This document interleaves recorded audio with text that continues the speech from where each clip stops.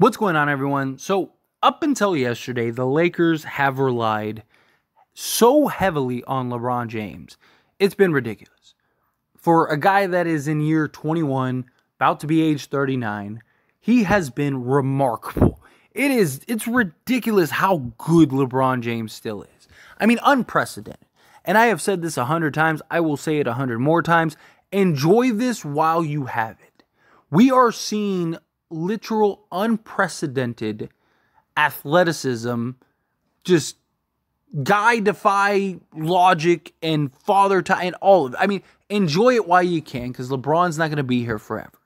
But the Lakers have not really enjoyed it yet, because they just are so reliant and heavily just dependent on LeBron James that when LeBron James isn't on the basketball court, we're the worst team in the league. I mean, it's been bad. Unplayable, unwatchably bad. And the Lakers had their first game without LeBron James. And there was, to an extent, a level of concern, a level of panic. But going into the game, I made videos and I talked about how I thought that this would be great for the Lakers and that I thought the Lakers would get the win. Obviously, part of that was that it's the Portland Trail Blazers and they're not a good team and they're missing a bunch of guys and whatnot. But I thought, like, hey, look, the Lakers have, again, been worse than Portland without LeBron James. They have been the worst team in the league when LeBron isn't on the court. They are the worst first quarter team in the NBA history. And now you take off LeBron James, and it's like, well, what are you going to get? Are you going to get a complete dud here? Are the Lakers about to get blown out by the Portland Trail Blazers? And we got to the game, and it was the opposite. Lakers did excellent. Lakers ended up pulling out the win. Now, if you watched the game, you may have noticed that there were some moments that were not so pleasant. The Lakers still have, again, a lot to work on, a lot of concerns, a lot of questions. But you're starting to see them get it together and right the ship. The Lakers won by 6. I get it. They had a 11-point lead going into the fourth quarter. I don't like that they allowed Portland to get that to 1. Didn't like that at all. But hey, we had that adversity, we were able to overcome it, and we ended up holding on to get the win, right? And we did what we needed to do and executed down the stretch without LeBron James, who's been our entire fourth quarter. We're one of the best fourth quarter teams in the league because of LeBron James. And you saw through a team effort, group effort, we were able to go and get the win. Now, was it the most glamorous win? Of course not. But a win is a win, regardless of who it is. And I understand Portland has had some injuries, but so have the Lakers. And the Lakers are also missing a top 10 player that they have been extremely reliant on. And they were able to pull out this win. This was huge for the Lakers. Huge. Because the big question mark is, how is this team going to function if LeBron James misses time or, when LeBron James is off the court? And you saw guys across the board step up. And this is what I needed to see, because this is the type of stepping stool that can lead to a team turning that portion of the games around. So now the Lakers can go from being the worst team in the league when LeBron's off the court to, at least if they can be, we're better than Portland good when LeBron's off the court, you're going to win a lot of games. And I know that at glance sounds silly, like, what are you talking? Because what that means is that when LeBron's on the court, we're going to win those minutes as we have, and we're going to be an excellent team. But when LeBron's off the court, we'll at least be a team that can manage and weather, which is what you need. Right? LeBron goes and he gets, 18 to 20 minutes of rest. Hopefully, because hopefully he's not having to play 36 minutes if the Lakers are doing their job. And now the Lakers are good enough to just weather that storm. So that means if we're in a tie game, we can hopefully, in the LeBron minutes that he's out, get it to a 2 to 5 point lead. If we're down 5, maybe we could get that down to 2 to a tie game, right? Those kind of things to just weather till LeBron is able to come back in the game.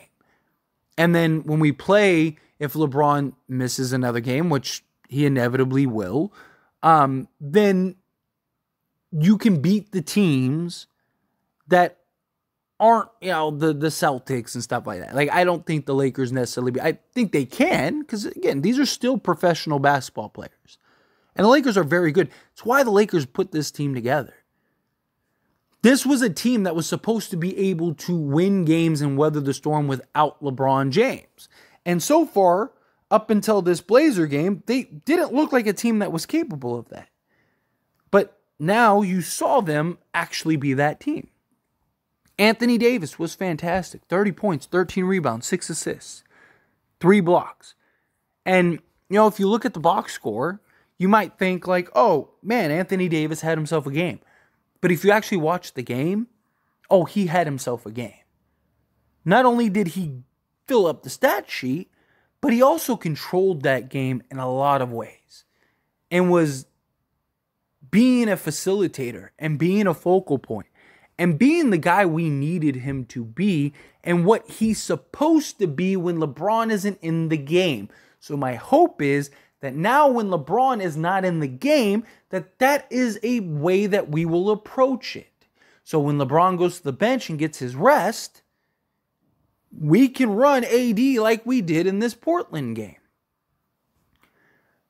This was, again, a team effort type of win, just like the Phoenix game. And this was even more so that because you didn't have LeBron James to rely on. And it's very easy to default to that. When you're talking about a guy as great and talented and arguably the greatest player ever, if not, it's really easy to just go, okay, LeBron's going to bail us out. We're down 6. It's okay. LeBron will be in a few minutes, and we're going to win this game. Right? It's a big difference when you look over and LeBron's in street clothes and you're like, oh, wait, no, he's not. We have to figure this out. We have to come back from this deficit. Right? Oh, no, now we're down 9. Like, now what do we do? We're going to have to overcome this. We're going to have to get past this deficit. And they did. They did it. And they did good. We won a first quarter, which was great. We lost the second, which sucks. But we picked it up in the third, and we did our job, which is what you want to do. And then we were able to close in the fourth. That's all you could ask for. Win the game. And again, this was a team effort. Cam Reddish was brilliant. Rui Hachimura, he was a guy that I had circled. I made a whole video about him. Like, this is his moment to deliver for us. No LeBron James. You're supposed to be the guy that fills in for Bron. You're supposed to be the replacement. If LeBron does play, you're the guy coming off the bench to relieve him. He gave you 19 points, 5 rebounds, 2 assists, shot 60% from the field. Also gave you 2 steals. D'Lo. I talked about him. I want to see him be allowed to be the point guard. Allow D'Angelo Russell to make plays.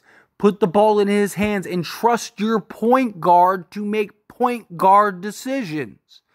How did that look? Oh, he gave you a double-double with 11 points and 11 rebounds. Oh, he only had 1 turnover too, by the way. Sounds like a point guard to me.